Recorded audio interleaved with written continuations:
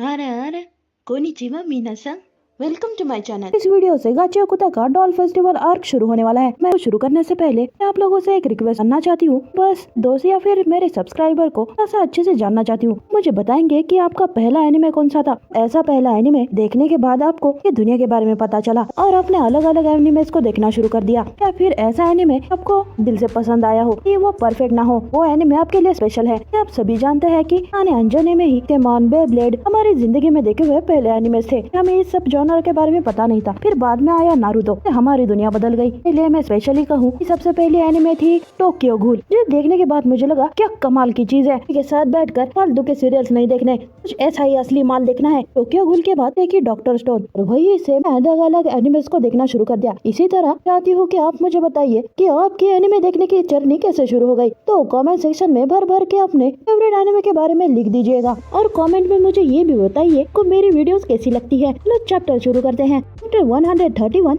Wasting leave. हम देखिए टैंसी हो जो कि कॉर्वस के पास आ चुका है। वो उसको बताता है कि वो ट्रिप पर जाने वाला है, बस आने में उसे काफी टाइम लगने वाला है। हमें 2 दिन बाद का सीन दिखाया जाता है। रात का माहौल था।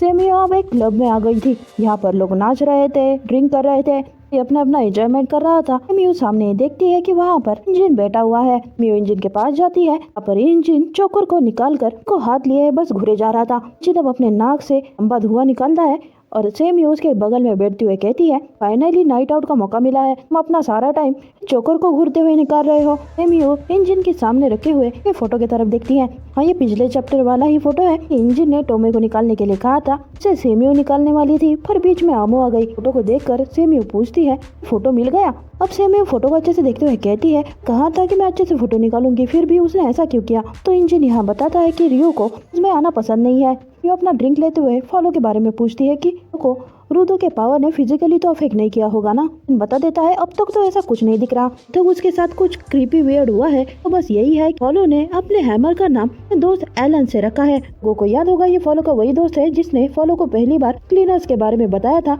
हैमर भी फॉलो के दोस्त एलन का ही वाइटल इंस्ट्रूमेंट होने वाला था। बाद में उसने इस सबसे हार मान ली, हैमर को फॉलो को दे दिया।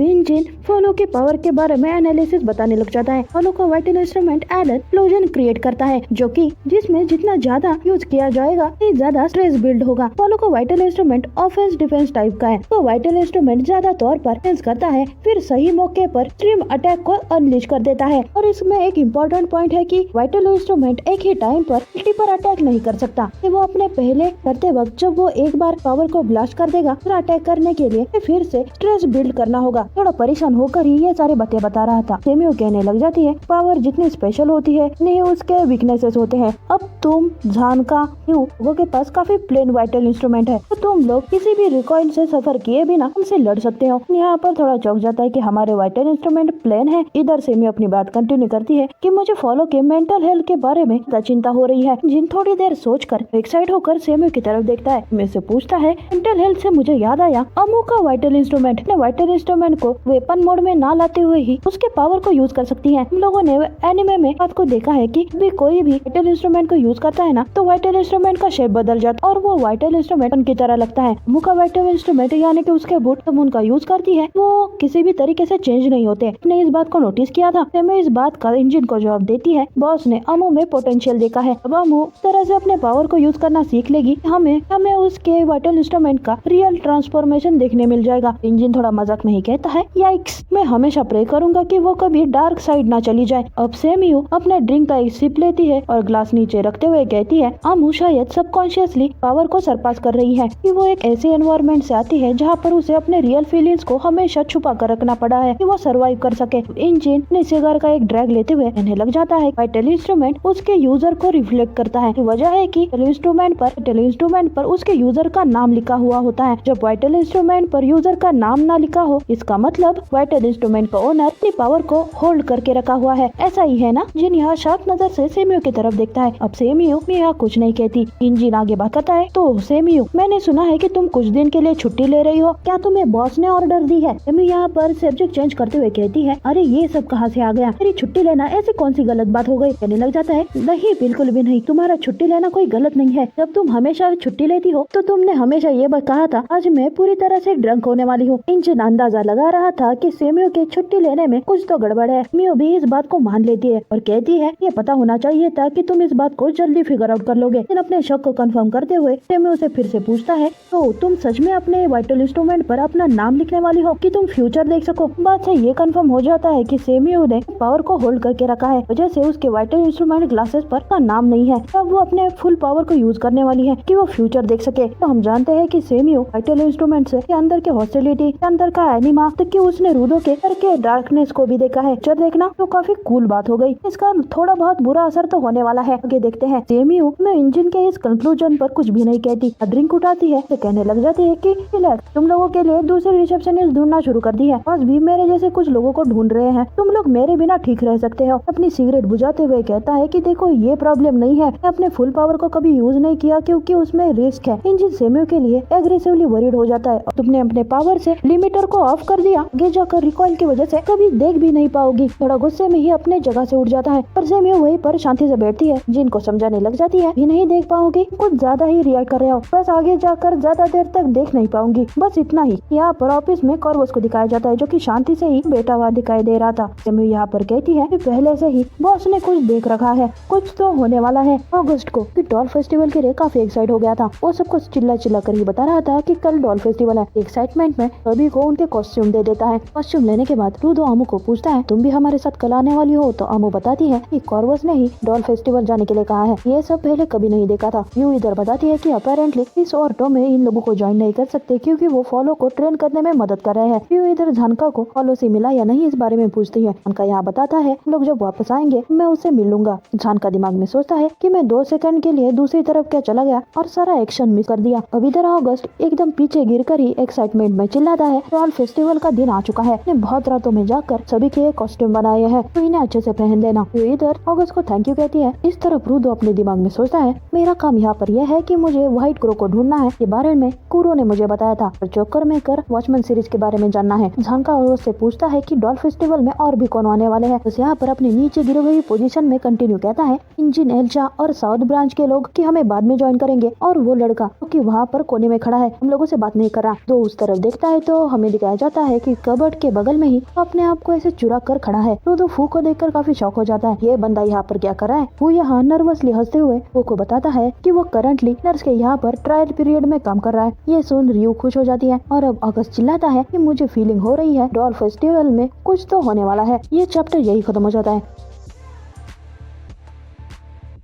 132 द डॉल फेस्टिवल। शुरुआत के पेज में हमें लेडी फिगर दिखाई जाती है कि सीढ़ियों से उतरकर अपने हाथों में एक बॉक्स लेकर नीचे उतर रही थी। उसके हाथ में चिट भी थी और बगल में हमें कौवे को दिखाया जाता है जो कि गिरा हुआ खाना खा रहा था। ये लेडी कौवे को वो नीचे गिरा हुआ खाना खा रहा है इसलिए उसे बैड मैनर्स कहती है। एक बड़ी सी स्क्रीन पर हमें न्यूज रिपोर्टर म्योमा को दिखाया जाता है कि सभी को एक साइड होकर ग्रीट कर रहा था और म्योमा के बातों से हमें समझ में आता है कि इस साल के डॉल फेस्टिवल का एमसी न्यूज रिपोर्टर म्योमा है। हमारी सारी क्लीनरों की टीम फेस्टिवल में अपनी गाड़ी पार्क करके गाड़ी से उतर जाते हैं। अब रियू कहती है देखो न्यूज रिपोर्टर म्योमा भी यहाँ पर आया है। को इसके बारे में कुछ पता नहीं था और इंजन इन लोगों को चोकर ना पहनने के लिए फिर से याद दिलाता है। अगस्त तो बस जल्दी से डॉल फेस्टिवल में जाना चाहता था। सभी लोग एक्साइट होकर ही डॉल फेस्टिवल की तरफ भागते हैं। इधर जब रूदो आगे बढ़ रहा था तो उसका ध्यान म्योमा की बातों पर जाता है। अब म्योमा बता रहा था कि डॉल फेस्टिवल खत्म होने के बाद आप सभी लोगों के लिए एक सरप्राइज रखा हुआ है। पर फिलहाल डॉल फेस्टिवल शुरू करते हैं। डॉल फेस्टिवल का ऐसा कहते ही सभी तरफ डॉल फेस्टिवल का माहौल शुरू हो जाता है। तो अब सरप्राइज और मेस्मराइज होकर ही उधर देखे जा रहा था क्योंकि वो पहली बार ही अपनी जिंदगी में कुछ ऐसा देख रहा है। तो पूरी तरह से कार्निवल वाला माहौल यहाँ पर हो चुका था। अगले पेज पर हमें टाउन का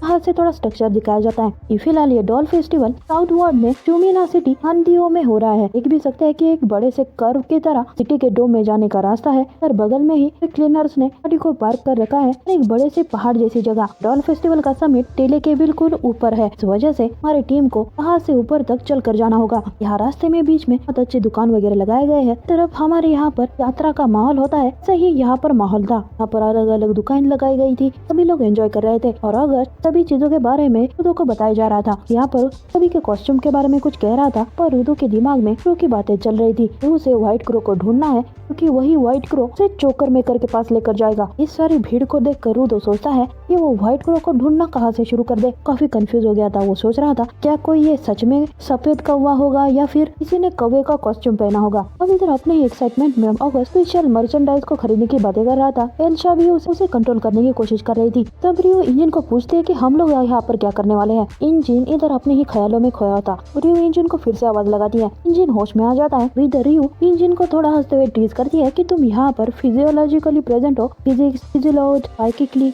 यू इस शब्द को ठीक से नहीं बोल पा रही थी। खानका भी उसे करेक्ट करने की कोशिश करता है पर वो भी फंबल कर जाता है और थोड़ा एम्बेरेस फील करता है। तो इधर रुदो इन्हें ठीक करता है कि क्या तुम ये कहना चाहते हो कि वो फिजिकली प्रेजेंट है पर साइकोलॉजिकली एब्सेंट है। सभी लोग यहाँ पर एग्री कर जाते हैं। और इधर हम इंजन को देखे टेमो ने उसे जो कल बात कही थी इन्हीं के बारे में सोच रहा था। इन्हें उसे कहा था कि वो उसकी चिंता ना करे और डॉल फेस्टिवल चला जाए। से भी वो अपना पूरा काम खत्म किए बिना ऑफिस नहीं छोड़ने वाली। आज भी वहाँ पर होंगे। बहुत सारा पेपर वर्क करना है। हमारे पास रुदो के लिए हमें डॉल फेस्टिवल में जाना होगा। यहाँ चुप रहता है। सेम्यू यहाँ इंजन से आगे पूछती है कि हमेशा से ये ख्याल आया रुदो यहाँ पर टोटल स्ट्रेंजर है पर तुम उसकी इतनी चिंता क्यों करते हो।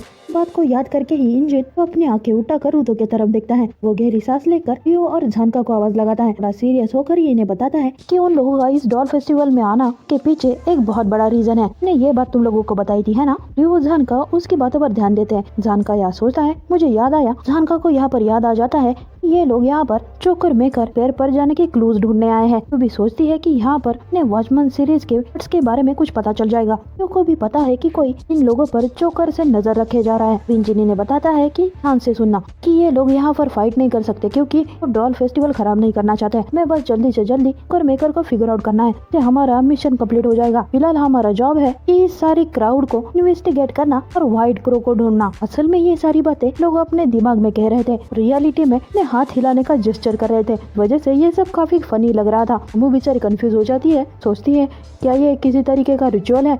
इनकी ये दोस्ती देखकर अमू कहती है कि ये सारे क्लीनर्स ने अच्छे दोस्त हैं। अब अमू के बगल में फू ऑकवर्ड तरीके से ही खड़ा था। अमू अब फू से बात करने लग जाती है। तुम अभी क्लीनर्स में ट्रायल के तौर पर काम कर रहे हो है ना। ट्रायल क्यों, डायरेक्टली ही क्लीनर्स को क्यों नहीं ज्वाइन करते। फू यहाँ अपने ऑकवर्ड तरीके से ही बताता है क्योंकि उसे किसी ने ही डायरेक्टली ज्वाइन होने का ऑर्डर नहीं दिया। अमू कंफ्यूज हो जाती है। ऑर्डर? वो बताने लग जाता है कि वो जब कॉर्वस से मिलने गया था, कॉर्वस ने उसे पूछा कि वो क्लीनर्स को क्यों ज्वाइन करना चाहता है तो वो चिल्ला कर ही बता देता है कि उसे ऑर्डर फॉलो करना काफी पसंद है। इसी वजह से फू क्लीनर्स में ट्रायल पीरियड में काम कर रहा है। वो अब और भी कंफ्यूज हो जाती है। वो आगे बताता है भले ही यहाँ पर आया हूँ, यहाँ आने का आइडिया मेरा नहीं था, तो यहाँ आने के ऑर्डर मिले थे। अमू उसे कहने लग जाती है फिर भी उन लोगों ने तुम्हें से ज्वाइन करने दिया, ये बढ़िया बात है। जब अमू क्लीनर्स को ज्वाइन करना चाहती थी उसने पास्ट में जो गलती की उसे सुधारना चाहती थी ताकि वो खुदों को मदद कर सके। इसी वजह से अमू कॉर्वस से पूछकर क्लीनर बन गई। अमू फू से पूछती है क्या तुम ऑर्डर लिए बिना कुछ नहीं कर सकते। तो यहाँ फू अपने आप से ही जैसे बातें कर रहा हो वैसे कहता है मैं समझ गया, तुम्हें कभी के लिए डिसीजंस नहीं लेने चाहिए वरना वो आगे जाकर हमारी बड़ी गलती बन सकते हैं। वो यहाँ फू पर ध्यान देती है। समझना चाहती है कि फू एक्चुअली में क्या कहना चाहता है। ये लोग स्टेडियम की तरफ जाने के लिए आगे बढ़ते हैं। रास्ते में इन्हें मास्क के दुकान में एक अजीब सा दिखने वाला मास्क दिख जाता है। ये उस तरफ सभी लोगों का ध्यान करते हुए कहती है कि देखो ये कितना स्टूपिड मास्क है। ध्यान का पीछे चिल्लाता है तुम तो बहुत आसानी से दूसरी तरफ डिस्ट्रैक्ट हो जाती हो, हम इधर पीछे देख भी सकते हैं। दो पागलों की तरह व्हाइट क्रो को इधर उधर ढूंढ रहा था। यू इधर झानका को टीज करती है, कहती है कि ये मास्क बिल्कुल तुम्हारी तरह लग रहा है। इंजन भी थोड़ा सा झानका का मजाक उड़ाता है, ये तुम्हारा बड़ा भाई हमारे लिए ये मास्क खरीद देगा। झानका चिल्ला देता है बिल्कुल भी नहीं, प्लीज मेरे चेहरे से दूर ही रखना। पर इंजन कहा इसकी बात सुनने वाला था। इंजन ये मास्क खरीद लेता है। चिल्ला भी रहा था कि उसे रिटर्न कर दो पर इंजन नहीं मानता। तो यहाँ पर झानका को समझा रही होती है कि चलो हम लोग हर रोज डॉल फेस्टिवल नहीं जाते, थोड़ा सा एंजॉय कर लो। झानका यहाँ रियो को समझा रहा होता है कि हम लोग यहाँ पर किसी इंपॉर्टेंट काम के लिए आए हैं। तभी उसकी नजर एकदम से दूसरी तरफ चली जाती है। वैसे रियो को डांटते हुए रुक जाता है और रियो के हाथ से स्टूपिड वाला मास्क जल्दी से छीन कर पहन लेता है। रियो और इंजन कंफ्यूज हो जाते हैं, इसने इस मास्क को कैसे पहन लिया। झानका काफी कर ही अपना मुंह छुपा कर दूसरी तरफ भाग रहा था। सोच रहा था कि वो यहाँ पर क्या कर रहा है क्योंकि झानका सामने से हिल गार्ड्स को आते हुए देखता है। ये हिल गार्ड्स अपना काम कर रहे थे। इसमें से एक हिल गार्ड क्योका से बात कर रहा था। क्योका को याद होगा ये झानका की बड़ी बहन है। गार्ड बता देते हैं कि वो लोग टाउन में पहुंच चुके हैं और क्योका इंस्ट्रक्शन दे रही थी इस डॉल फेस्टिवल के इवेंट का एडवांटेज लेकर ही हम लोगों को हमारे टारगेट को पकड़ना होगा। हमारा टारगेट डॉल फेस्टिवल में कुछ तो गड़बड़ करने वाला है। तुम पर भरोसा करती हूँ छोटे भाई। ये हिल गार्ड और कोई नहीं बल्कि झानका का दूसरा बड़ा भाई है गोका नेजिको। और ये चैप्टर यही खत्म हो जाता है। तो इस चैप्टर के लिए थोड़ा एक्साइटेड हो जाइए और थोड़ा ध्यान भी दीजिए कि इस चैप्टर में बहुत सारे कैमियोज दिखने वाले हैं। चलो पहले पेज से ही शुरुआत करते हैं। पहली इमेज में हमें फाल्को का जॉ टाइटन दिखाया जाता है। वेस्ली डॉल फेस्टिवल चल रहा था तो यहाँ पर वो अलग अलग कॉस्ट्यूम पहन कर आए थे, उन्हें अलग अलग ऐसे अपने डॉल्स बनाए थे। इसी में से एक बड़ी डॉल है। इस जॉ टाइटन को देख कर रुडो पूछता है क्या ये व्हाइट क्रो है, पर इधर इंजन कहता है नहीं ये टाइटन कॉस्ट्यूम है।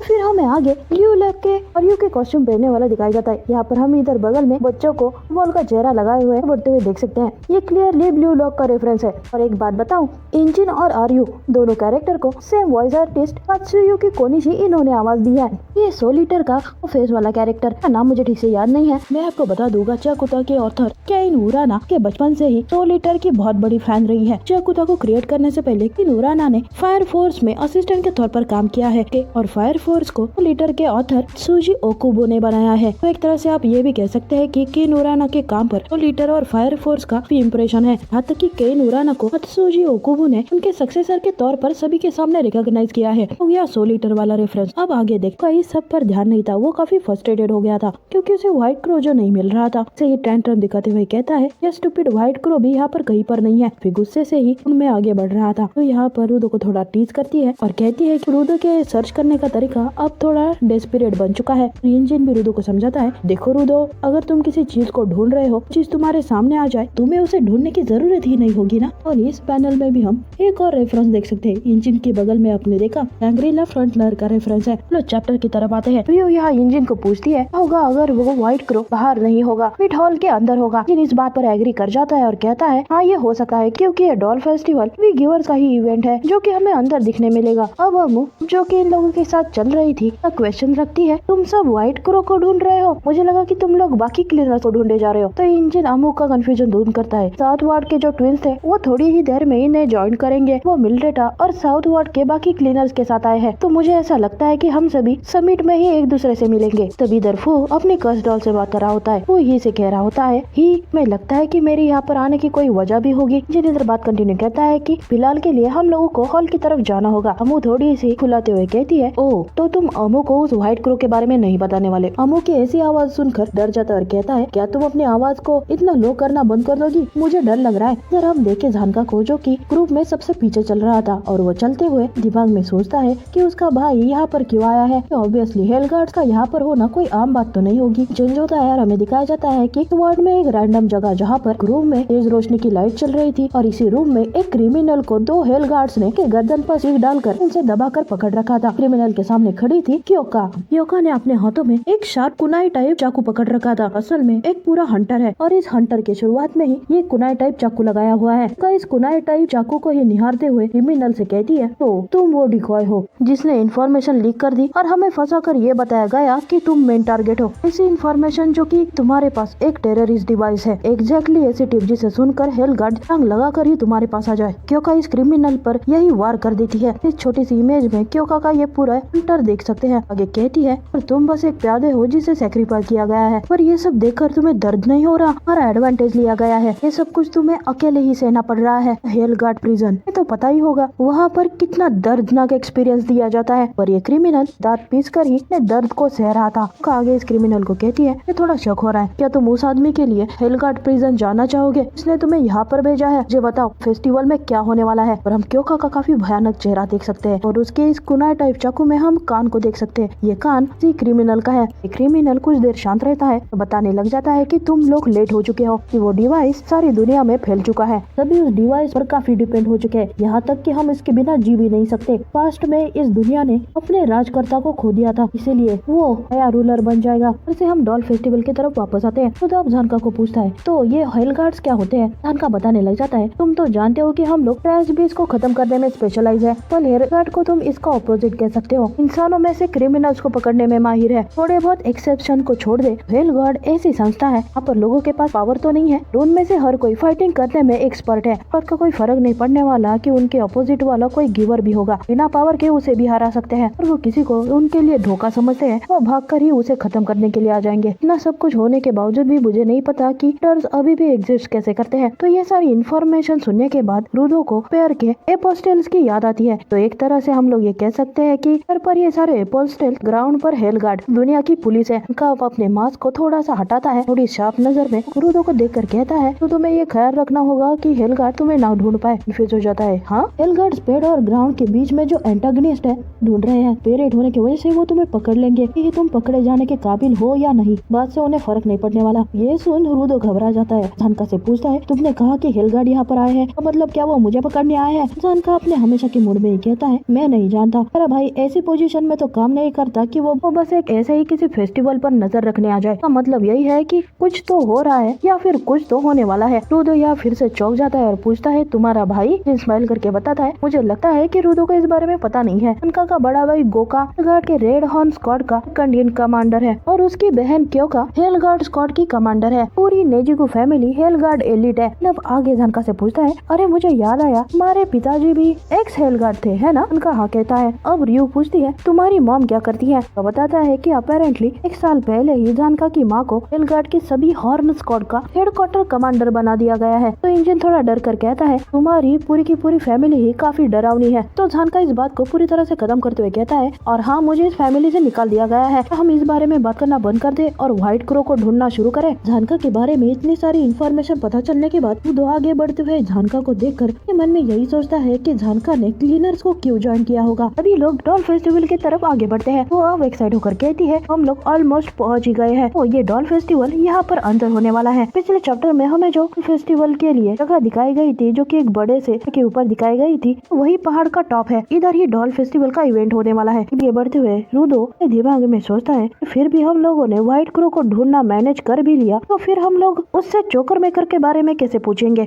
इन लोगों के पास एक लेडी आ जाती है जिसने की सुगर टाइप कपड़े पहन रखे थे। तो एक साइड होकर ही इन लोगों को कहती है मुझे लगता है कि तुम लोगों के पास वेल टिकट्स नहीं है। डॉल फेस्टिवल में तुम्हारा स्वागत है। डॉल फेस्टिवल स्टाफ में से एक हूँ। मेरा नाम विग है। चैप्टर में शुरुआत में ही हमें जो लेडी फिगर दिखाई गई थी वही है। जिन अचानक से आई हुई विग को देखकर कहता है व्हाट द? लेडी अपने ही मूड में कहती है टिकट माय लव। ये मत कहना कि तुम्हें टिकट के बारे में कुछ भी पता नहीं है। हम लोग डॉल फेस्टिवल के ओपनिंग एक्ट के लिए राफेल टिकट्स बांट रहे हैं। इधर किसी और का नहीं बल्कि टू लिली का कॉन्सर्ट होने वाला है। टू लिली का नाम सुनकर इंजन और रियू एकदम से एक्साइटेड हो जाते हैं। इनकी खुशी का कोई ठिकाना भी नहीं रहता। ये एक्साइटमेंट में पूछने लग जाते हैं क्या तुम कहना चाहती हो द टू लिली? रियू भी एक्साइट होकर पूछती है टू लिली यहाँ पर है? सच में यहाँ पर है? क्योंकि इसके बारे में पता भी है। तो विंग बताती है इस कॉन्सर्ट के बारे में परसों ही सभी को कंफर्म किया गया है। यहाँ तक कि टीवी और रेडियो पर भी इस सब के बारे में बताया गया था। उन्हें नहीं देखा। पर इधर रूदो पूरी तरह से कंफ्यूज। ये लोग कह भी क्या रहे हैं?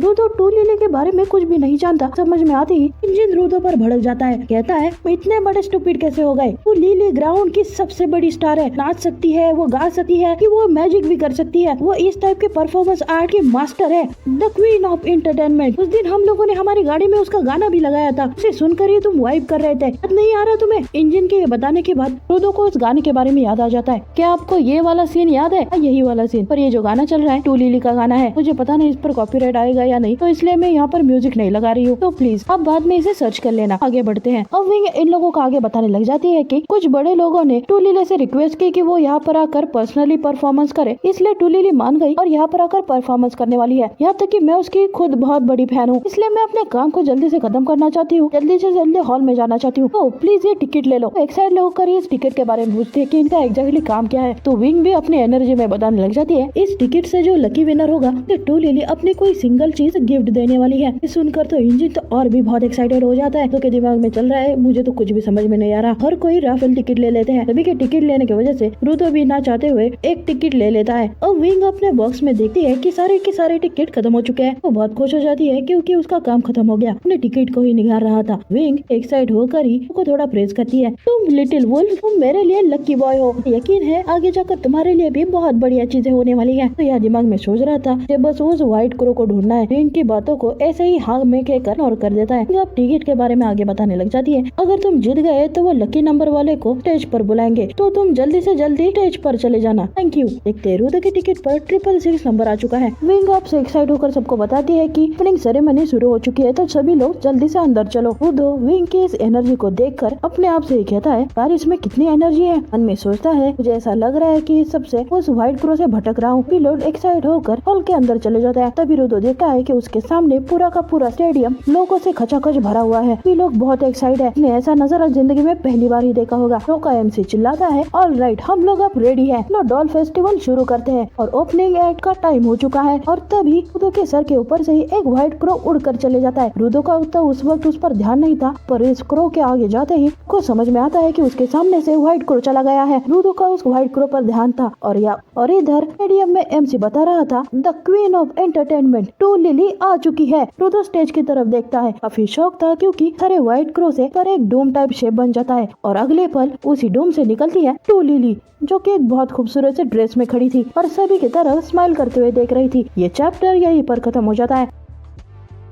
तो ये वीडियो यही खत्म हो जाती है। आप लोगों को अगली वीडियो जल्दी चाहिए, इस वाली वीडियो पर 50 लाइक कर दीजिए। मैं तो थोड़ी ना कह रही हूँ, मैंने दूसरी वीडियो बना कर रख दी है। जल्दी से जल्दी 50 लाइक का टारगेट पूरा कर दीजिए। तो मैं मिलती हूँ आपको अगली वीडियो में, तब तक सायोनारा, बाय बाय।